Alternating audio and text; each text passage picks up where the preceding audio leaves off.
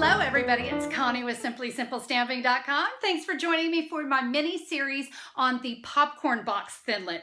Guys, this Thinlet has just become one of my all-time favorites here lately. I'm creating like crazy. So I decided to do a little mini-series of some different ways that you're going to be able to use that box. Well, yesterday I shared with you a 2-Minute Tuesday tip, and I shared how to create the box with just half a sheet of cardstock so we can get 2 boxes out of 1 sheet. And then I shared some tips on putting it together as well. Well, my first video, or my second video I should say, in the series, I'm going to share with you how to create this sweet little Cookie Monster box. I love Cookie Monster.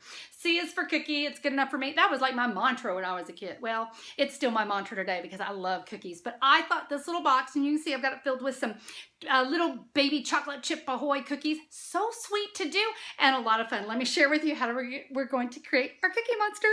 To create our Cookie Monster box, we are going to take a piece of Pacific Point cardstock that is cut 8.5 by 5.5, and we're going to be able to make the whole box just from that. And then my 3 accent pieces, I'm going to be using Basic Black, Crumb Cake, and Whisper White. These are all 3 cut 1 3/4 by 3.5. You're going to go ahead and put together your box as I showed you in the first video on the 2-Minute Tuesday tip.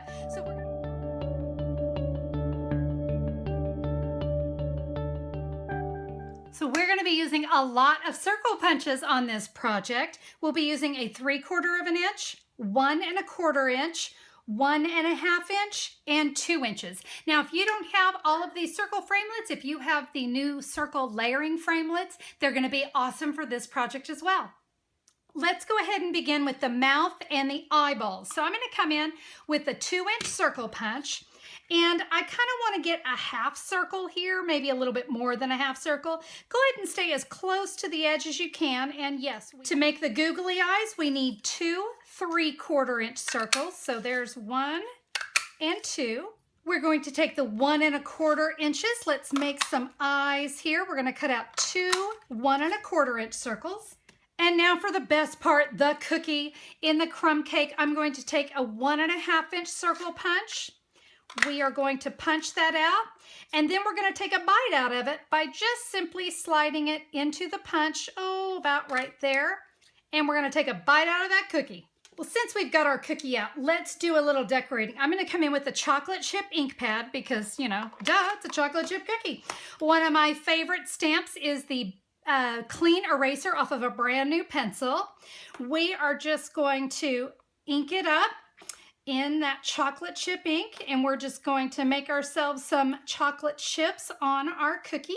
Perfect. Now I thought it needed just a little bit more. It just seemed dull. So I'm going to come in with a crumb cake ink pad, and then I have the speckle stamp from Gorgeous Grunge, and I'm just going to give it a couple speckles. Like I said, I just thought it gave it a little bit of texture. When we go and put together Cookie Monster's eyes, the one thing you have to remember about Cookie Monster is his eyes are not perfectly set like that. They're a little googly, so we want to go a little ski-wampus with them, but we're going to be able to play that when we play with it when we get it here on our box. So let's go ahead and bring in the box. So when we adhere these, I've just put some snail on the back of it, but do you see how I'm making his eyes go a little googly? That's what we're going for there. Let's now come in with the mouth that we cut. That's that little half circle that we cut. And when we adhere that, let's go just a little crooked because, you know, that's Cookie Monster. Now, on my completed cookie, I've put a couple dimensionals up here by the bite, if you will. And now we can just simply put the little bitten cookie right on there. Bitten cookie.